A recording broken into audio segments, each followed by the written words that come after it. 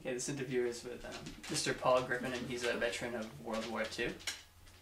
And I'd like to start just by finding a little bit about your background before you were in the service. Before I went in the service? What kind of led up to I just got out of high service? school. Really? Yeah, I got out of high school and there was a lot of, Abington had a lot of shoe shops. So when I was going to high school, we'd get out at like 2 o'clock in the afternoon. Then I'd go up and work in the shoe shop part-time for 2 or 3 hours. Then when I get out of school, you knew you were going to have to go in the service, so I just worked in the shoe shop for a while until I got drafted. Because there wasn't any sense looking for a big full-time job when you know you weren't going to be around. And you were drafted into the Army during World War II? I was drafted, yeah. And you know the funny thing, I got my draft notice from the local board in Abington to catch the train in Whitman, Mass. That's where we got the train. We went from there up to into Boston. But when I get discharged out of the service, after you get discharged, you had to report to your local draft board within, I think, 30 days. So I went to report to my local draft board and I gave my name. You can't find your name here. It gotta be. Looking guy, so he says, I don't know how you get drafted. Well, I did. Oh, that was an odd one. That really shake you up. How'd they get your name? And now you want to get down and tell them you won't be back home. They haven't got your name. And how'd you get drafted? That's weird. Poor bookwork, I guess. How did your parents feel about you joining the service? Oh, not too good, not too good. I had my oldest brother, he's passed away. He was married and he had a couple of small kids. So to support the family, they didn't get much money in the Army or the Navy, so he joined the Merchant Marine. And you know, the pay was better, so he took a lot of trips to Russia. They had like this Lend-Lease thing, and they would take tanks and ammunition and planes over to. And my other brother Larry, he joined the Navy, but he was a airplane mechanic. But so my mother had 3. Well, at that time, if you were in the Merchant Marine, you weren't considered as being in the service. But I think 2 or 3 years ago, Congress passed a law that anybody that was in the Merchant Marine should receive all benefits that any Army or Navy or Air Force person would have got. So, but then they did. Way back then they didn't. Funny, huh? All the trips they made overseas and all the Merchant Marine ships that get sunk, and yet the government wouldn't consider them part of the, service. It's hard to believe. So I don't think anybody was too happy to see their sons or daughters getting in the service, not knowing whether they were going to come back, half of them back, arms off, legs off. And were most of your friends from high school also in the service at that time? Did they get drafted as well? Did they what? Your high school friends? Were they? Oh yeah, I had, in fact, one of my best friends, he get killed during the invasion there. He was, we used to chum around together, and he always wanted to be a ranger. Well, I don't know if you ever seen this movie, who was this, Spencer Tracy? He was in this movie called Rogers Rangers or something like that. Anyways, they fought the Indians and they went way up to Maine and they killed a lot of Indians up there because the Indians killed the settlers. So anyways, he joined the Rangers, and when you went across the channel, there was they call it Mount St. Pierre, and they would shoot, I don't know if you ever seen any of the movies, they have these cannons like they shoot grappling hooks up on top of the mountain. And you get up there, and I guess from what I hear, he just about got cut in half. And I had a lot of friends that didn't come back.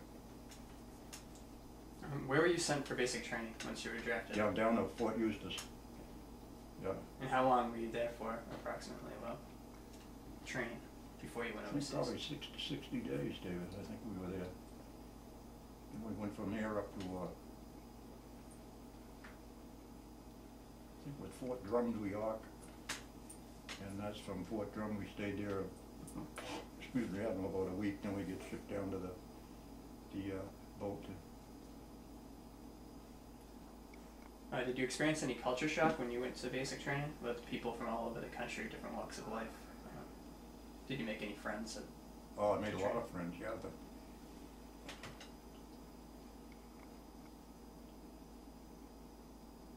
but after, you know, after you get out of basic training, different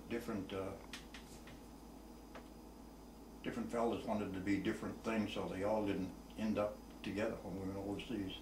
Some might have get split up and went with this outfit, and some might have get split up with another. So you didn't usually stay with what you wanted to. I did. I was lucky. I stayed with a bunch of fellas that I trained with. So we pretty much stuck together all through the whole work. What was something that you disliked about basic training, or something that you liked? What did I dislike? Yeah. Well, you know, it's funny, but to me, when we were kids growing up, you know, we didn't have all the things you have now. So when we were kids, if you wanted to, you had to make up your own games. And we were always we'd always down in the woods, and running through the woods, and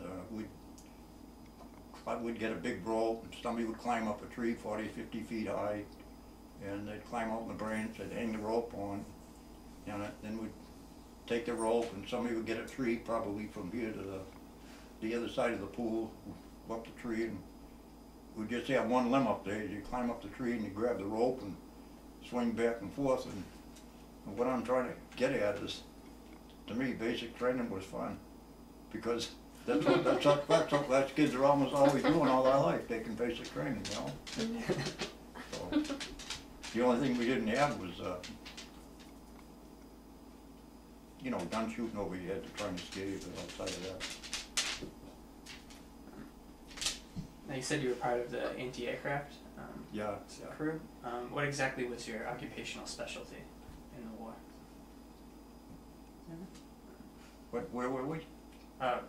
What exactly did you learn for the specialty?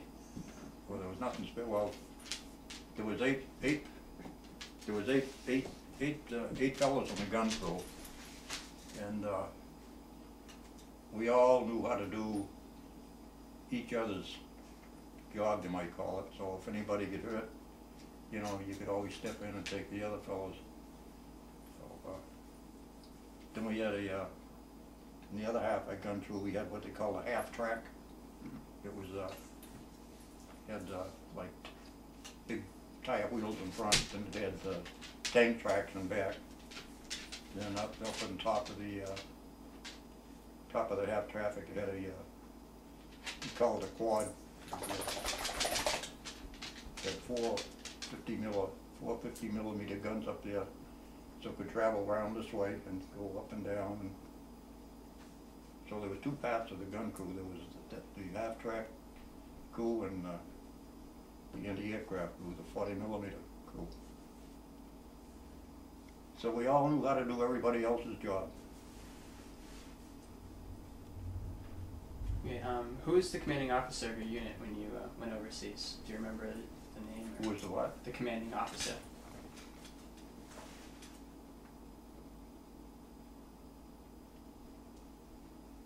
I think his name was Steele, Captain Steele.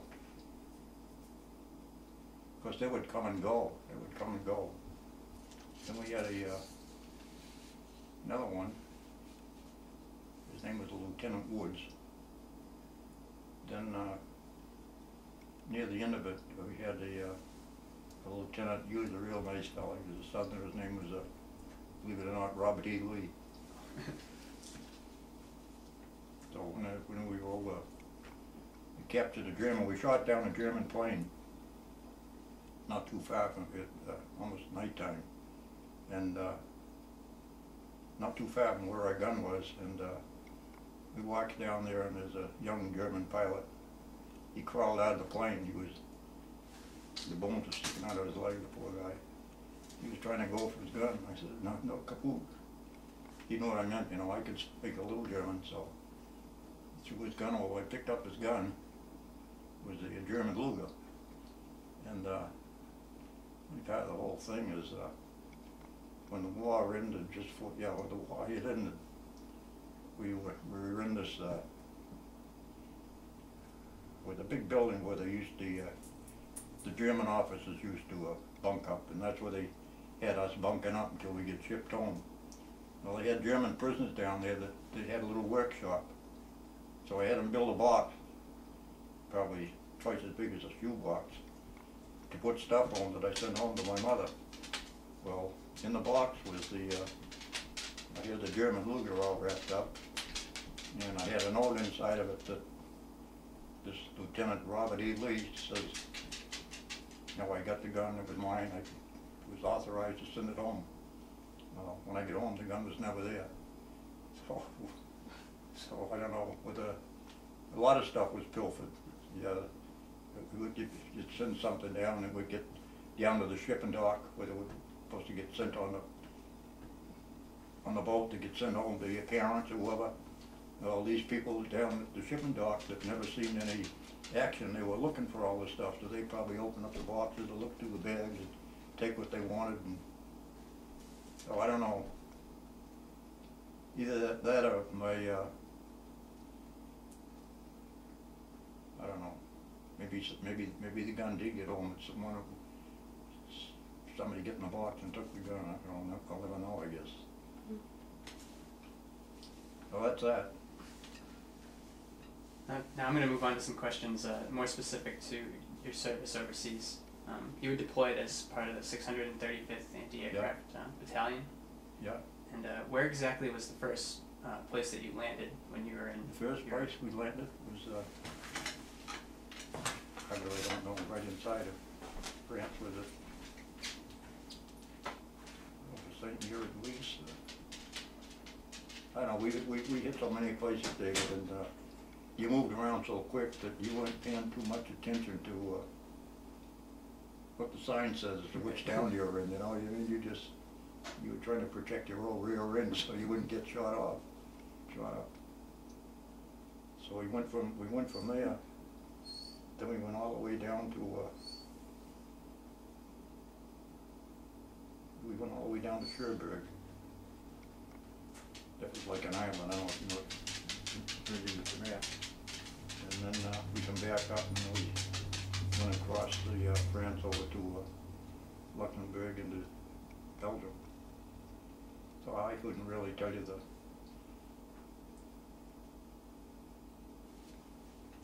the only towns I know where we were was if it was a town where we spent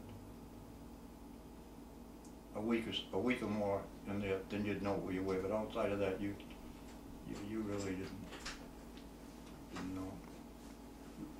What was life like as a soldier in Europe at that time? Describe your average days. Well,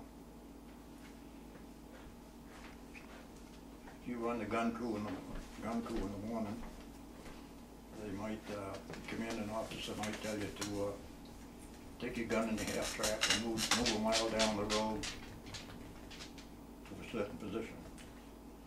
A mile and a half down the road. So you hook up the gun to the truck and you move a mile down the road. Then instead of digging, if you're in a hurry, usually you're in a hurry, instead of, you had to dig it in placement in the ground to, you probably got to get down that deep in the, you'd have to dig a hole that deep, probably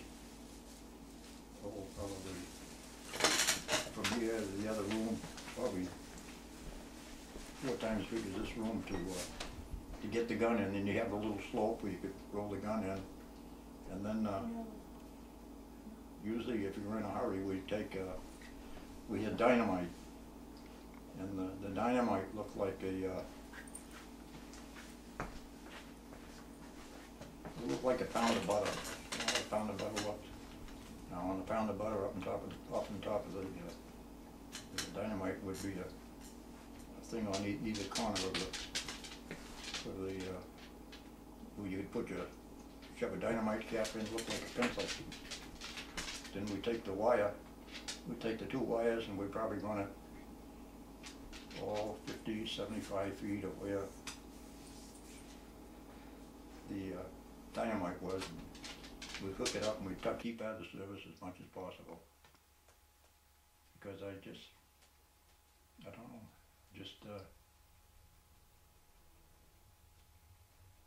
you see what's going down in Congress, the senators and the congressmen, they don't seem to be worrying about too much. So I don't know. I don't think there's much future for any young kid in the service today. Terrible thing to say after they spend all that time in, but you got to be truthful about it, you know. Mm-hmm. And the times are definitely different. Yeah, at the time, it's just, you know, way back then, you know, you were fighting somebody that, you know, we had khaki uniforms on. The Germans had bluish uniforms on. Or you knew who you were shooting at, you know. You had a gun, they had a gun just like you did. And so it was almost like I don't know, it wasn't a fair fight, but it's different today. You can't see who you're fighting anymore. And you don't know who. Did you always have a sense of what you were fighting for when you were overseas? Yeah, like I told you before, fighting to save your rear end. Well, thank you very much, Mr. Oh, you're welcome, David. It's been great. Yeah, hey, anytime, David. No problem. No problem.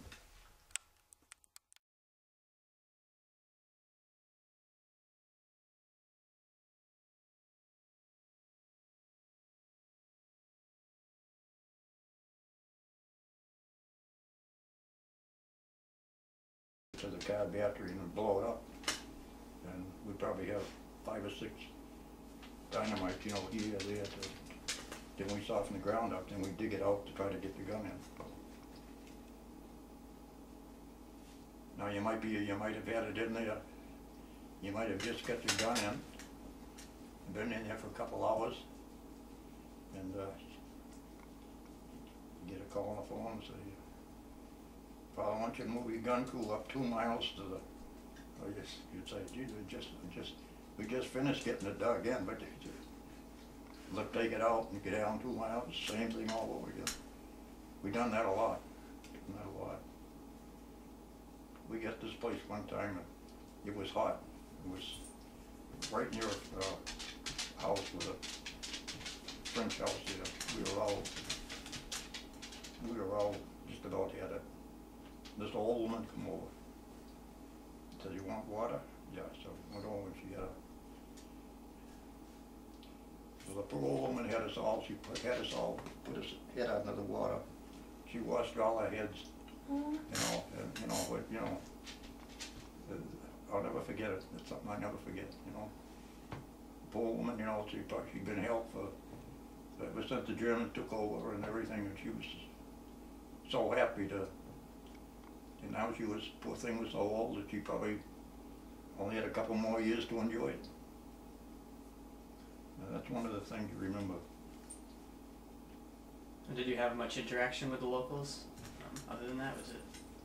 Oh yeah, we ran into the free French underground, they used to call them. And there was one we come to one place, and the French underground said that there was some German soldiers. They thought there was some German soldiers probably 100 yards away. It was like a pine grove, like all these pine trees out here. So they wanted to know if we could, you know, blow them out of there with the, but instead of leveling it off down here, you know, we shot at the tops of the trees, you know, and so I think there was 5 or 6 Germans, they come out of there. And the French were going to, they're going to interrogate them. And we were asking them, so, you know, how do you go about that? How do you make them talk? Well, we make them talk, he said. We take, cut around, put red hot pepper seed. They talk. Red hot pepper seed. You ever get a real red hot pepper seed in your tongue? Or you imagine you have somebody sitting around down and dropping a bunch in a hole? I don't think I want to know what that felt like. Yeah, we make them talk. But we never seen them do it, but that's what they done, you know. Any civilians that you had contact with? Yeah, a lot.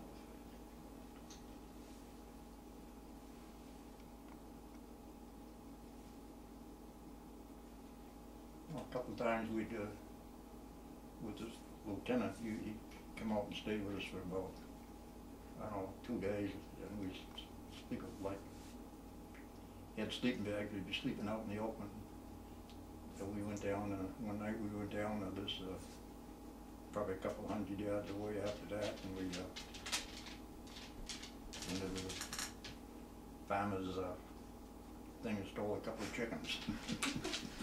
And this Lieutenant Woods, he took the chicken right into bed with him. He had the chicken right up, he's gonna take it back with him next day. I don't know. He come from Boston, by the way, Lieutenant Woods. I don't know where he come from, Boston. So we didn't have too much contact with him. We were on the move so much that we you didn't have too much time to converse with them. The only place we really ever got to talk to people was we went across. We went to Bear Stone, and when we get into Bear Stone, and I think it's probably the first part of November, around the first part of November, and we were told to dig in. And we were going to be there for a while. We didn't know why we were going to be there for a while, but now, after the war, we found out that fast troops went across France so fast that the supplies couldn't keep up with them. So we dug in down to Bear Stone. It was nice there. And we used to get down to the village, and we talked to people. In fact, one of the fellows had his camera, and he took that. I get pictures in here somewhere. The picture of this woman had a little girl, a cute little girl about that big. Then when I was graduated from high school, my mother gave me a Bulova watch, and the watch, said, Paul Griffin, 1942, and it was one of these Bulovas that lit up in the dark. Well, when we were at Bear Stone, there was down the village, there was a watchmaker. So took the watch down there to have it cleaned and, everything. Well, just about then, that's what the Germans broke through. I never got my watch back. I sometimes wonder if my watch is still over there. Probably is. I should probably call them up on the telephone, the mayor, or write them a letter. And You should. Because there'd be no other watch there that would say Paul Griffin on it. Maybe they figured he'd get killed and they probably junked it. I would think they would have kept it for a souvenir. You should call them. Huh? You should call them. Wouldn't it be funny if they still had it? Now, as a sergeant, you were a leader in your gun crew. Yeah, I was the leader. Yeah, I was the big chief. Did you find that there was a lot of brotherhood between the men in your crew? No. It was, we used to live and sleep with each other, and nobody had any animosity towards anybody else. We all knew that somebody had to pick up the phone, says, so no, there was no hard feelings between anybody. So it was a sense of family almost amongst them. Yeah. So this other one that's talking about this half track that. Of course, you know how the Germans invaded Bear Stone there. Well, after about the second day, we were out. It was beautiful there. And this one day, I know it was December 16th, I thought it was December 19th. We were outside of the gun, and of course there'd be 4 men on for 12 hours and 4 men off for 12 hours, you know. Somebody had to be on the gun at all the time. And this one day we were all outdoors there, you know, we were outdoors all the time anyways. It was like in the field, and you see these things blowing up. Shell blowing up over there, and maybe a shell. And they say, what the hell going on? You say, goddamn field artillery behind us, they're shooting at the Germans, and they're lobbing them up short. It wasn't that at all, it was the Germans were firing at us, we didn't know. So we were there for about a day and a half when the Germans started coming through. And then we were ordered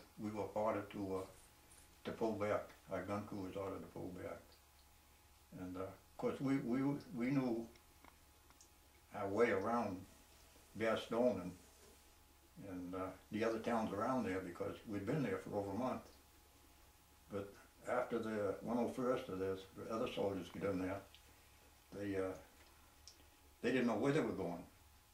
So the Germans, they were pretty smart. I've never ever seen the movies. Like if a sign said this way to Whitman, they'd turn the sign around, Whitman this way, which would be heading towards the Germans, where the Germans were, you know. So a lot of soldiers they get screwed up by that. Then another bunch of soldiers there, I don't know whether they know where they were going or not. They were down to, I can't think of the name of it, I'll think of it, but the Germans captured 4 or 5 truckloads of them. They took them and marched them out in the field, and lined up a machine gun, shot them all. Every one of them did something. I think one guy got away. I can't think of the name of the town. It began with an M, I know that. So then after the Americans, Air Force, they couldn't fly over and do any bombing because the weather was so bad and so much fog. So finally, when the fog all cleared, the American Air Force come over, and then the Germans all pulled back. So then I think it was around, I forget what town we were in, and it was snowing. I know there was snow on the ground. It was a bright morning, real bright morning, and captain called up and said, Paul, move the half track down half a mile down near the railroad crossing or something, whatever. I know the railroad crossing. So he said, well, who wants it? You know, who wants to go? You want to go? You want to go? So the 3 fellows went down there. The next morning, it was a nice, sunny day. The German plane come flying down right out of the sun. He landed a 500-pound bomb right on the half track. Jeez. All three guys were killed. And any one of us could have been on there because we, you know, you want to go. I'd have gone if the others would have. Poor guy. Kahana, Edwards, and Klossner. One of the fellows was Jewish. If you remember years ago how they used to pick on the Jewish the way they did the color, you know. I think the poor guy, he gave up his life to make a better place to live, and they used to give him a hard time. Every morning he'd wake up and he'd say, oh, my tired and aching back, you know. But he was older than we were. He's probably in his 30s, you know. Oh, really? Yeah. What got you through the tough times in combat? What tough times? Yeah. How did you get through the tough times? Was there anything that inspired you to keep going? Just wanting to save your rear end and get to hell home. Yeah. That's what saved you. I think one of the scariest times of all the stuff I just told you about there was we were sent up to they used to call these colored, there was a colored division. They used to call it the Red Ball Express, and they were mostly a truck driving outfit, and they'd bring their job was to bring bring the ammunition up to the front lines. So they were bringing it down, unloading it, and we were told to move our gun up to where the ammunition was being lighted. So we had a gun crew in an apple orchard. The apple trees were low. So that night, geez, you could hear these German planes going over. And you look up in the air and you could see the dropping parachute with these flares on them. And the flares are 16 to 20 flares, and all them flares are brighter than the sun. Now you couldn't shoot at the planes because you couldn't see them, not only because of the bright light, but as they were coming down burning, it would let off this, there was like a big fog. So you couldn't do nothing. So we had a couple of German machine guns that we'd captured. Of course, they were light. So we picked them up and we tried to fire them because they didn't have no. If we'd seen the planes, we probably wouldn't have fired because they would have seen the flash coming out of the gun, and they would know exactly where you were, and they could have come down and done a job on you. But well, I'll tell you, you felt like an ant, nowhere to go. All them bright lights on you, and there was absolutely nothing you could do about it. So that was one of the scary moments. Now, obviously back then it was difficult to communicate between the states and the front lines. How were you able to get in touch with your family? Most of the time we had telephone lines that laid on the ground, and they'd string out their lines, and you had these telephones would be in a leather box, and you dial and you get headquarters. That's the way we and I know at the gun crew, if you had somebody had to wear the headphones all the time. If there was 8 guys or 4 guys on, it would take turns.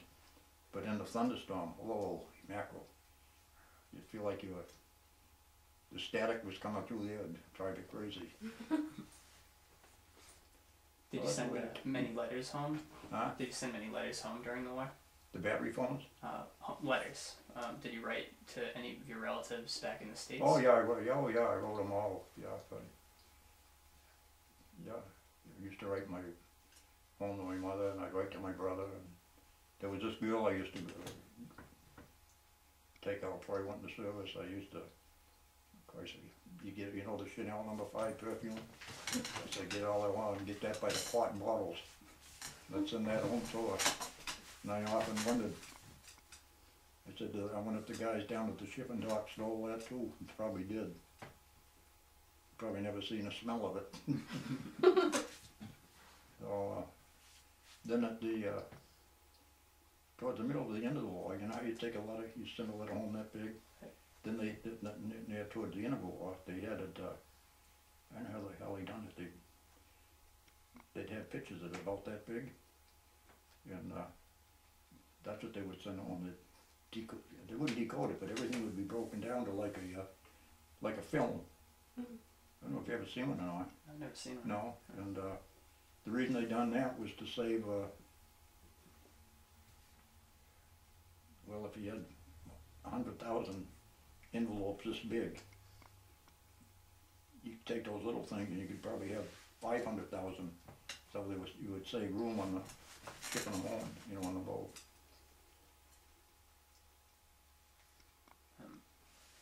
How were you received when you returned to the States? Was there a hero's welcome, parades, or did you just kind of come back home? No, after we all get home, there was they had a big party for the veterans over at the Abington, back of Abington High School, the Frolios, the field down the valley. They had a big time over there for all the veterans. It was real nice. Real nice. Backed out in front of you know the stadium, you know where I'm talking about, Jamie? Yep. Down back of the old Evan High School. Mhm. There's a monument out front to the veterans. Oh yeah, mom took me there. Me So and if you Jamie. ever go by it, it's Yeah. over. Your name's on it. Maybe I'll take Dave so we can get it on tape. Huh? Maybe I'll take Dave so we can get it on his tape. You got it on there? No, but I'll take him. Oh, yeah, yeah. Show him. It's nice. They keep it really neat looking. Huh? They keep it really Do clean they, and nice. every time I head up that way, I say I'm gonna go over there, but I never do. I never do. Yeah, it's very well kept. Yeah. Okay, are there any other stories of your time overseas that you'd like to share before we move on? Well, the only good thing I know is that when we went overseas, I don't know, only 14, 17 days or something, the seas are rough. You know, we go on these small LST tankers and you'd hit the wave and you go bang, then you go bang, heading this way. And all of a sudden, bang. You heard that for days and days, and of course they had, I don't know, hundreds and hundreds of the guys down on the bottom, you know, underneath.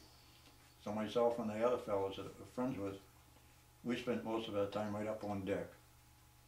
And these fellas, I don't know, 99% of them get seasick. Well, if you ever see anybody get seasick, well, you're going out of both ends. And fortunately, I never get seasick going over or coming back. But I felt so sorry for these other guys. Couldn't eat, they couldn't look at food, Wow. They didn't give you any medicine? and you couldn't take a shower. It was cold water, salt water, and Salt. so trying to get suds out of us, forget it. Might as well stay dirty. I think the next couple questions are just more to reflect on your military experience now. Do you feel that it was the right choice in joining the service? You were drafted. Oh yeah, yeah. In fact,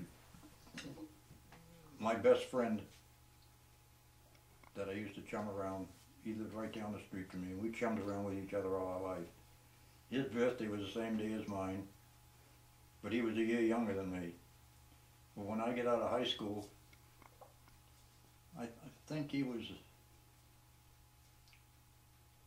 yeah, he was a senior about halfway through a quarter way. Well, a lot of fellows in high school that were 17 and 18, they dropped out of high school and joined the service. Then after they come out of the service, they went back to school to get their, you know, to get the diploma. So, you know, I take my hat off to them guys. You know, you know, of course all their buddies had already been drafted or joined the service, and they probably felt, well, you know, I don't know how they felt. They probably felt like, you know, they wanted to go and be of help too, and they did. In fact, sometimes you see these movies and you see and how old are you? I'm 18. How really old are you? Well, I'm only 15. But that's how some kids, you know, light about their age to join. What was the most important lesson that you learned through your experience? Keep my rear end down. So I could get home. That was about the most important lesson you could learn. Sounds crazy, but if you ask any guy and he'll probably tell you the same thing. My grandfather used to tell me that What'd your father say? he was on the ship. Oh. He actually was offshore most of the time, but my grandfather was in China, so he said that he used to sleep and sit on his flak jacket when he was flying. And, Yeah. because he wanted to take care of his rear end is more important to him. Yeah, you better believe it. You know, they say, you know, fighting for your country, you wouldn't think about fighting for your country. You were thinking about fighting to get home and saving your rear end. That's what your thoughts were. Is there anything that you regret about the service at all? Yeah. I regret about the Red Cross. I wouldn't give them a nickel. Isn't that an awful way to say? We were in Bastogne, and a Red Cross truck come up. And 3 girls come out of the Red Cross truck. Oh, they were all dressed up like in green khakis, you know, like the soldiers do. They come on, oh, coffee and donuts, coffee and donuts. So after we started having the coffee, they wanted contributions. Everybody, right in unison, dumped the coffee right in the ground. So another kid that we know is, we were in England, and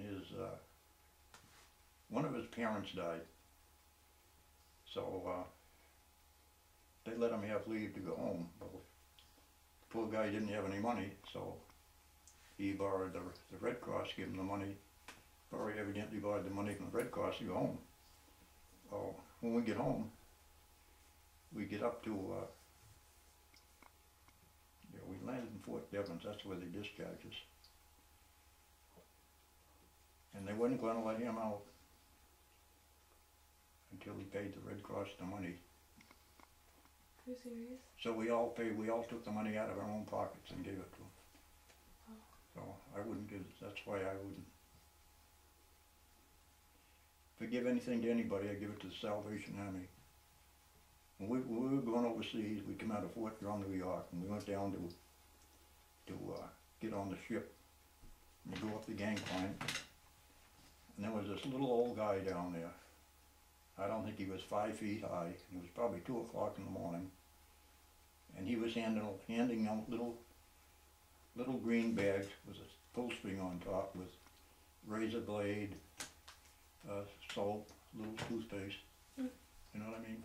That's cute. And it's, Red Cross people down there. And I didn't see any people like that when we coming home and getting off the boat, so I don't have any good words for the Red Cross. Is that all on film? Yep. That's good. Well, I don't know how the other people, I know the fellas on our gun crew, they didn't care too much of them either. How would you sum up the efforts of the Allies in World War II? Great. The English, they were a little snobby. We were taking, we went in Wales, England, we went up the coast, there was like big high walls down, and they'd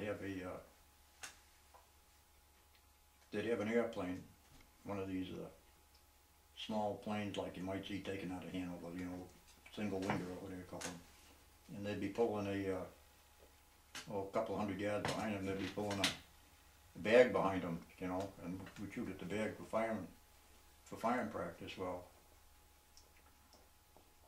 our gun crew beat out the English crew. Oh boy, that didn't go over too good. That didn't go over too good. Then at the same place where we were in the rails, we were in Cardiff. They call it the city of Cardiff. So we went in there for a night. Let us have a night out. So we went in, and myself and the other colored fellows, and of course there was a bunch of Englishmen there, soldiers sitting at the table, and a few Americans. So when we went in, it was crowded. So when we went in, this Englishman, he had his jacket hanging on the thing here.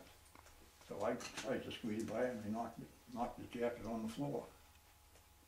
Oh, Jesus, he jumped up. He says, I can't afford to have this cleaned. He says, I don't make all the money you American soldiers live in. Of course, he wanted to have a fight about it.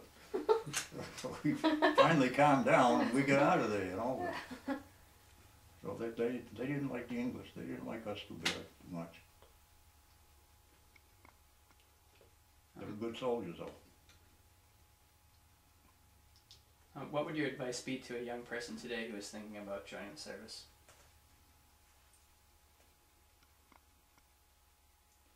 I really don't know, because things today are not like they were 60 years ago. Everything is different. I think I would. I think if I had a young kid, boy in our family now that was 18 and 19, I would try to talk and tell him